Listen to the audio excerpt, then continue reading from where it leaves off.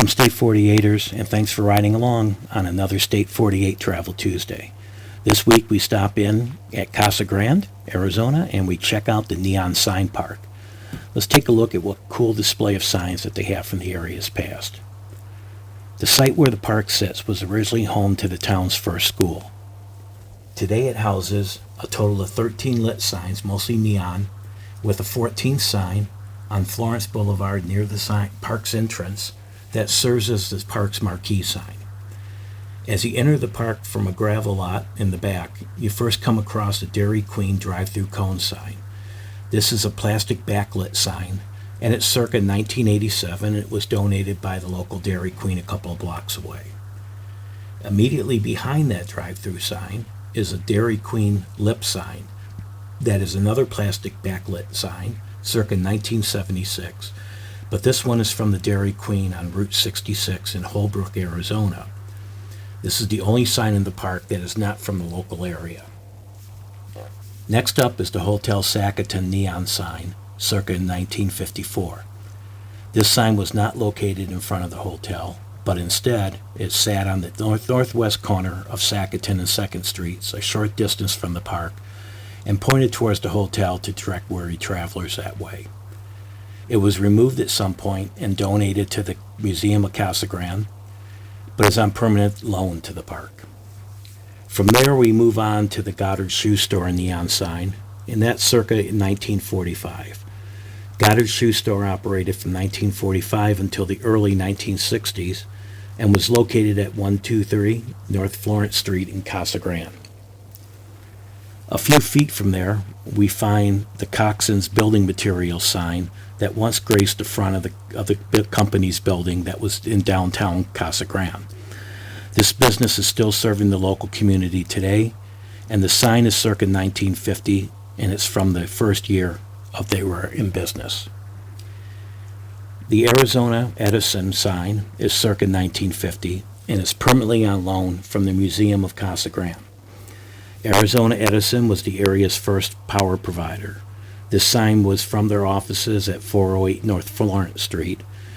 In 1950, the power company moved locations to 200 East 2nd Street, and this sign was given to the city of Casa Grande in 1952. After having the sign on display at City Hall for a number of years, it was eventually donated to the Museum of Casa Grande and is now on permanent loan to the park.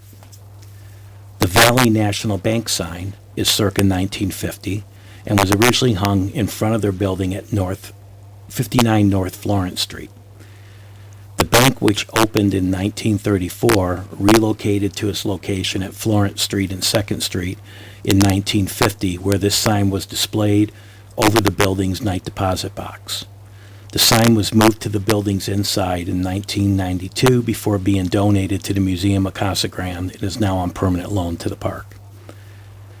Next up, we have Ralph's Cafe neon sign, circa 1956. Ralph's was a 24-hour truck stop cafe located at 1174 East Main Street at the intersection of Highway 84, and it specialized in golden brown fried chicken and offered a full line of steaks. The sign was donated to the park from the Bullard family. On the other side of the walkway is the Horseshoe Motel sign, circa 1953. The Horseshoe Motel opened in 43 as the Horseshoe Lodge, and it was located at 1136 East Main Street. It was demolished in 2004. The little guy below the sign is called Paul the Waver, and he was constructed in 2019 to complete the sign's original look from a photo that was discovered. The next sign is the Casa Grande Photoshop sign, circa 1950, and it's on permanent loan to the park from the Museum of Casa Grande. The Photoshop originally opened in 1950 on the corner of 2nd and Washington Streets, and later became known as the Casa Grande Photo and Record Shop. Finally, we come to the end of our tour, and we find a second Dairy Queen cone sign which says Exit. This is also donated from the local DQ at 211 East Florence Street. The Neon Sign Park officially opened in 2019, and it's still a wee bit small, but it does attract a good number of visitors for the photo opportunities it offers. While we were at the park, there were several groups of people of all ages, ranging from teenagers on up to people in their 60s, 70s, that were there just to do that. They were there to get photo opportunities with the signs. Hopefully they'll be adding more signs in the coming years, but this is a definite must-see for any sign and history fan passing through or by the city at Casa Grande. Thanks for coming along with us on this week's travels. We hope to see you back for next week's adventures.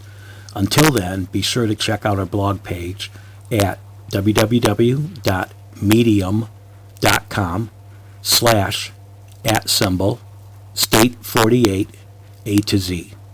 You can also follow us on Facebook at State48 A to Z and on Instagram at State_48_ A to Z. We'll see you next week.